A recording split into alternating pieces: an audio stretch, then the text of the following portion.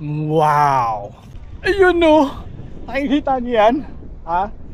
Yan, yung kanilang Palace of Culture and Science dito sa Warsaw. Hindi lang ito ordinaryong building. Isa ito sa pinakaimportanteng simbolo ng Warsaw. Itinayo ito noong 1950 pagkatapos ng World War II. At kung alam niyo ang history ng World War o ng Warsaw, halos 85% nitong city ay nawasak noong giyera, mga bahay, simbahan, kalsada, halos naging abo lahat. Kaya pagkatapos ng digmaan, unti-unting bumangon ang Warsaw.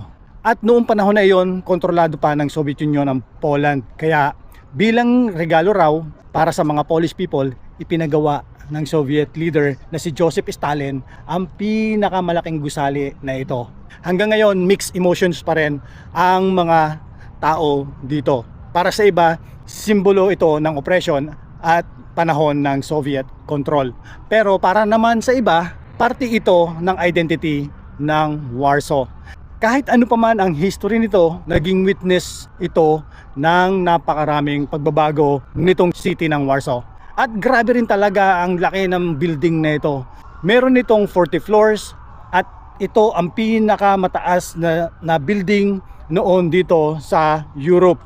At sa sobrang taas ito, kitang-kita mo mula sa taas ang buong city ng Warsaw. Kapag gabi, sobrang ganda rin itong tignan kasi meron siyang ilaw na nag-iba-iba ang kulay. Ang style ng architecture nito ay tinatawag na socialist realism. Medyo kahawig siya ng mga classic Soviet skyscrapers sa Moscow, alam nyo na. Pero interestingly, may halo pa rin itong Polish architectural details. Kaya kahit Soviet-inspired siya, meron itong local touch. Hindi lang ito simpleng office building. Sa loob nito meron itong mini city, para din itong mini city. May theaters, may cinema, may museum, concert halls, university spaces, may offices, at minsan may mga events at exhibits sa loob nito. Pero siguro ang pinaka-exciting dito ay yung observation deck. Kapag umakyat ka doon sa itaas, makikita mo halos ang buong Warsaw skyline. At hindi man perpekto ang history nito, pero totoong bahagi ito ng kwento ng Warsaw.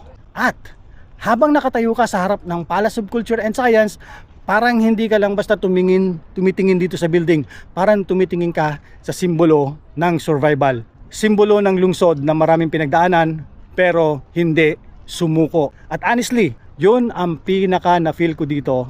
Hindi lang ito isang magandang city, isa din itong lungsod na bumangon mula sa pagkawasak. Pa-follow naman ng aking mga social media account, YouTube, Facebook, and Instagram.